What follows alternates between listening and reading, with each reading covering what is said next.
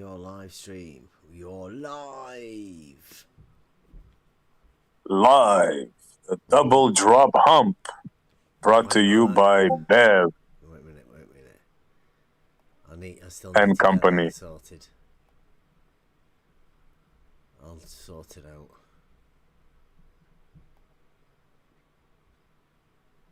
Oh, we were going over Scott Veach as well and the astronaut's son. George is talking about and all of that, right? Go over the auto level. Where is your clip, Essie? Is that? It's the first clip on my. You want me to post it? Go on, if it's easier for I'll post it.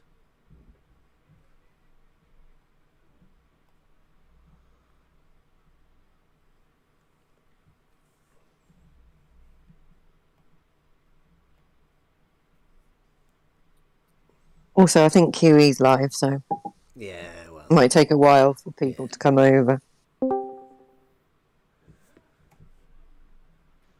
Or quicker, because they're like, oh, let's get out of here. Look. Did you say about 32 minutes?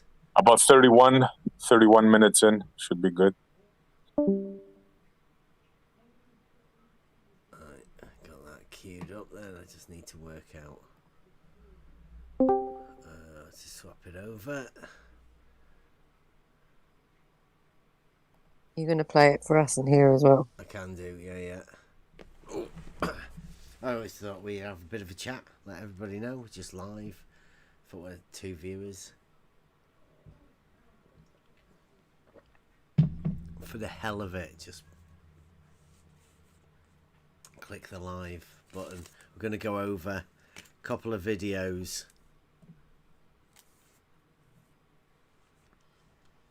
Expose a few liars. Try and help people out of it. First up we have SE's conversation with some people over at Earth Awakening's Discord server.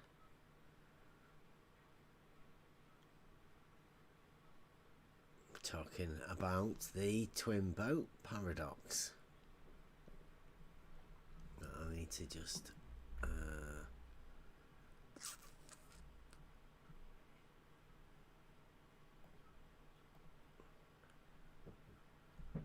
Remember, there is no fucking hump. Yeah, and that puts him in a bit of a problem, right? Sean G. I hope he will come back and do his demonstration after George. We'll go over that later. George's demonstration. Right, Yeah, shout out Sean G. He killed the hump.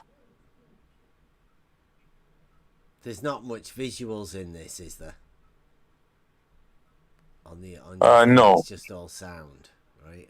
Yeah. I need to get a check to see whether the sound for this comes through. If let me sort it out for you guys.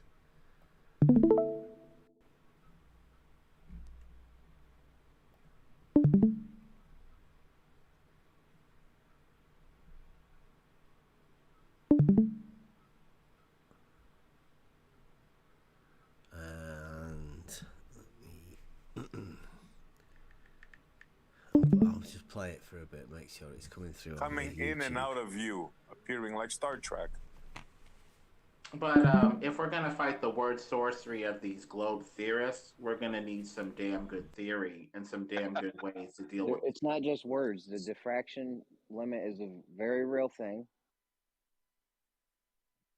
The diffraction limit just says two light sources, even though they're physically separated, will appear to merge after enough distance. Right, light source wants to see.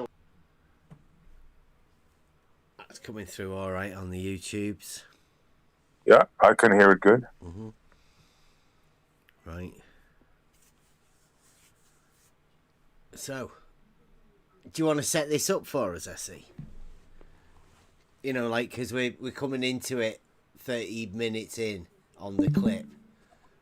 So I presume you've done a bit of a pre-work, right? Always, whenever you're wanting to discuss anything, you have to lay the groundwork first. You can't just go straight into a conversation. As far as I think. Yeah, exactly. Well, they were talking about the black swan. So I figured, okay, they're talking about water. Good. Let me get in there and see. You know, I wanted to bring up the twin boat paradox. So I talked with him a little bit about that, and then I brought it up. And it sounds like Lemon's come in to try and change the conversation. Are you about to pull it back again? I'm not sure where that part is. Could be. 30. We're just coming up to 31 minutes, so should I just carry on playing it, right? Anybody? Yeah. Anything to comment? Let us know, and if I got it on the right timing, I should be saying about the twin boat paradox. Yeah. Okay. Here we go. Light source 2 is the floor. They're going to merge into a horizon line. That's it.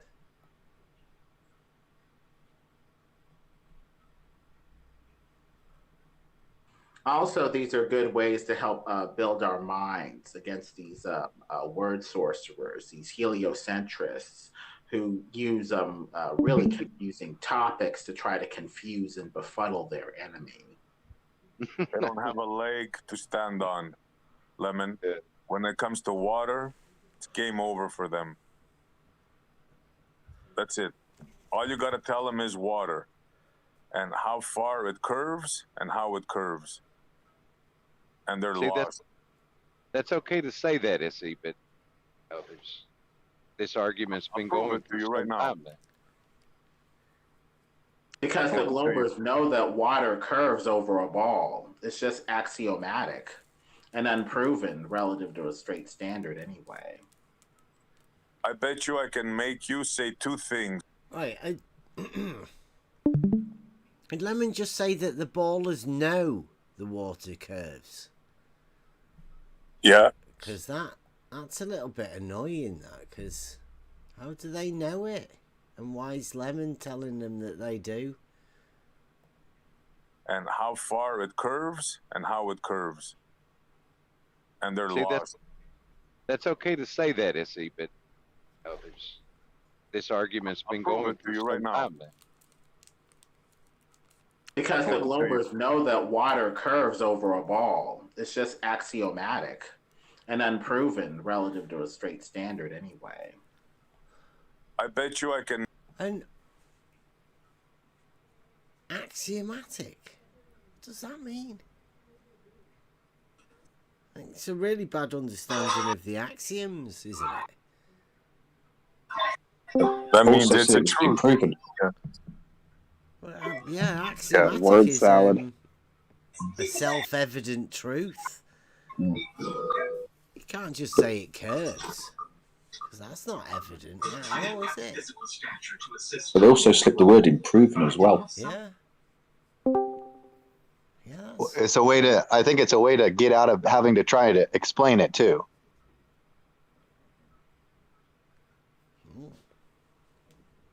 I don't know why Lemon would be justifying it like that.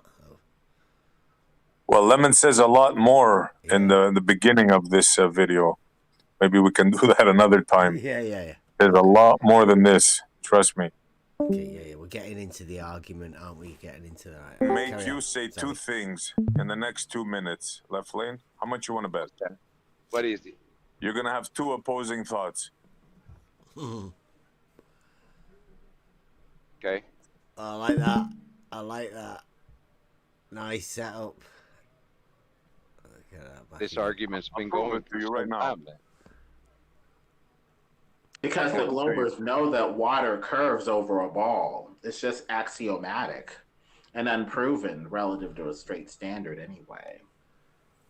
I bet you I can make you say two things in the next 2 minutes. Left lane, how much you want to bet? What is it? You're going to have two opposing thoughts. Okay. All right? Okay. We're on the water. We have two boats. This is the twin boat paradox. Oh, The boy. boats are nose to nose, right? Mhm. They're the same size. We're on the bow facing forward. The boats start moving backwards slowly. How does the water between the two people looking at each other and the water look when the boats start going backwards? I would imagine each one would start disappearing from the other bottom up. I didn't ask you that. I asked you, how would the water appear to the viewers on the two boats?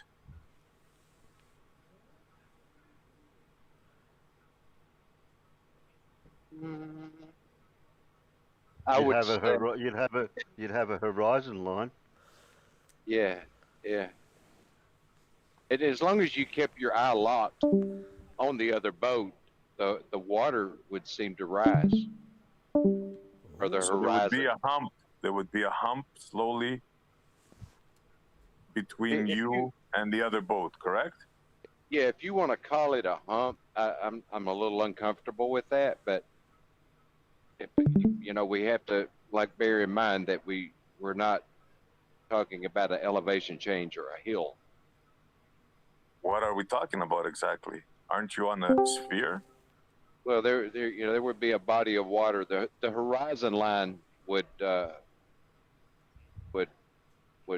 appear between you and the other guy.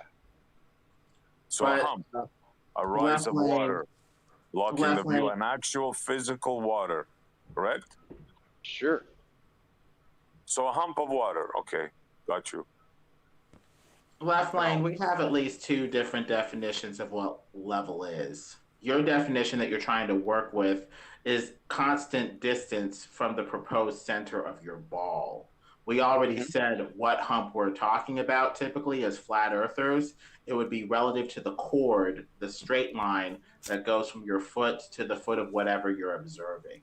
There would be a hump based off of that baseline that would be very apparent. So let's get rid of this equivocation where you're trying to say as long as it's the same distance relative to your proposed center, it's level and curving over a ball, and go with our definition since we're, asking you guys for the thought experiment from our perspective. Namely that you would have a hump relative to the chord running between your foot and the foot of whatever you're observing. Okay, That we already appears to be established the that. thought Lemon. experiment. Please let me follow this with left lane. So left lane, we established that there's a hump there, right, between the two boats, correct? Okay, I'll go with that. All right, now correct me if I'm wrong. Your model, right? Well, let me ask you first. I don't want to put words in your mouth. In your model, you're on the surface of the water, right? When does the water start curving? Immediately. Immediately. See, I told you I'd make you say two things in the next few minutes, two opposing thoughts. Yeah, explain the two opposing thoughts. Well, you said the water between the two boats starts curving down immediately. But then you said there's a hump in between you.